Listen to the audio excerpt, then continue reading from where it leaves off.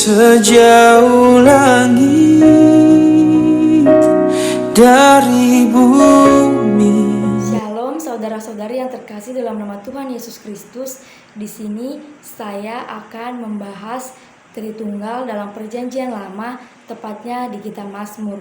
Nah, sebelum jauh membahas tentang Tritunggal dalam Kitab Mazmur, saya akan memperkenalkan diri saya terlebih dahulu. Perkenalkan, nama saya Elida Natalia Bersitepu. Saya salah satu mahasiswi di STT Santo Clemen Alexandria, Jakarta.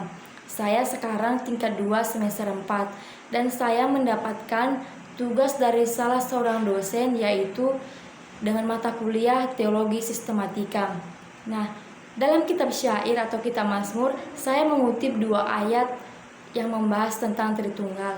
Yang pertama, Mazmur 18 ayat 32 dan yang kedua Mazmur 86 ayat 10. Kita akan membacanya dalam Mazmur 18 ayat 32.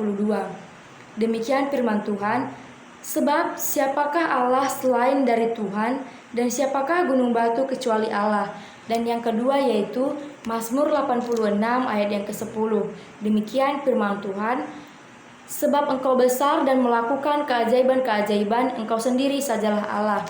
Nah, di sini di dalam perikop Mazmur yang sudah kita baca, Daud sendiri mengakui bahwa Tuhan sendiri sajalah Allah. Nah, sebelum membahas tentang Tritunggal lebih dalam, di sini juga saya akan membahas tentang pengertian Tritunggal secara harafiah. Nah, dalam bahasa Latin, secara harafiah berarti 3 serangkai, berasal dari kata trinus atau rangkap 3, menyatakan bahwa Allah adalah 3 pribadi atau hipostasis yang sehakikat atau konseptual yang terdiri dari Bapa, Putra, dan Roh Kudus sebagai satu Allah dalam 3 pribadi.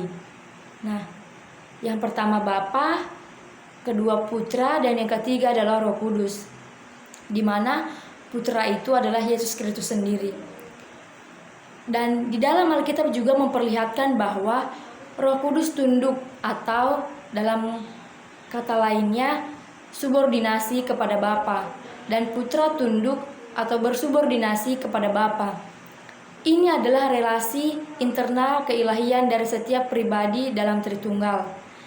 Dan ini bagian Allah yang tidak terbatas dan yang tidak dapat dimengerti oleh pikiran manusia yang terbatas.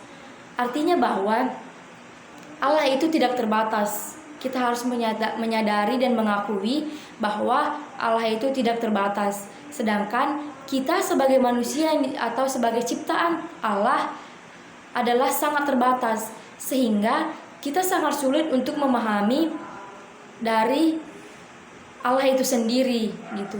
Kita sangat sulit memahami dari pribadi Allah itu sendiri.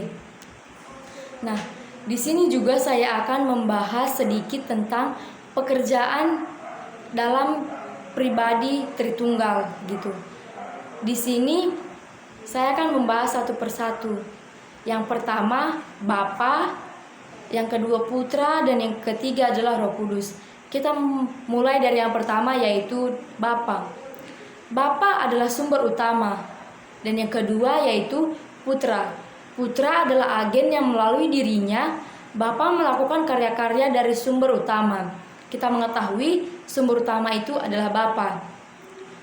Bapa melakukan semua ini melalui Putra yang berfungsi sebagai agen Allah.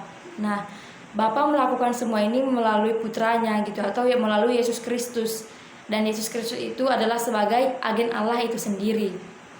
Nah, dan yang ketiga yaitu Roh Kudus. Roh Kudus adalah alat yang dipakai Bapa untuk melakukan karya-karyanya. Nah, kita harus mengingat akan ketiga hal ini, atau mengingat akan setiap pribadi atau pekerjaan yang akan dilakukan oleh 3 pribadi ini.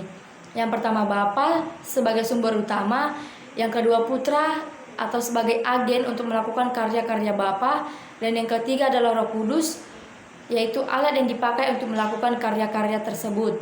Nah, di sini saya menekankan bahwa Bapa, Putra, dan Roh Kudus bukanlah bagian dari Allah, tetapi setiap pribadi ini adalah Allah.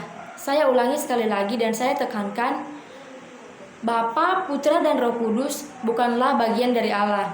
Namun, setiap pribadi ini adalah Allah. Nah, demikian yang bisa saya sampaikan tentang Tritunggal dalam Perjanjian Lama yang saya pahami tepatnya di kitab Mazmur. Semoga melalui video kali ini dapat membantu teman-teman untuk memahami Tritunggal dalam Perjanjian Lama tepatnya di kitab Mazmur. Semoga ini menjadi berkat untuk kita semua. Shalom, Tuhan Yesus memberkati. Sejauh langit dari bumi,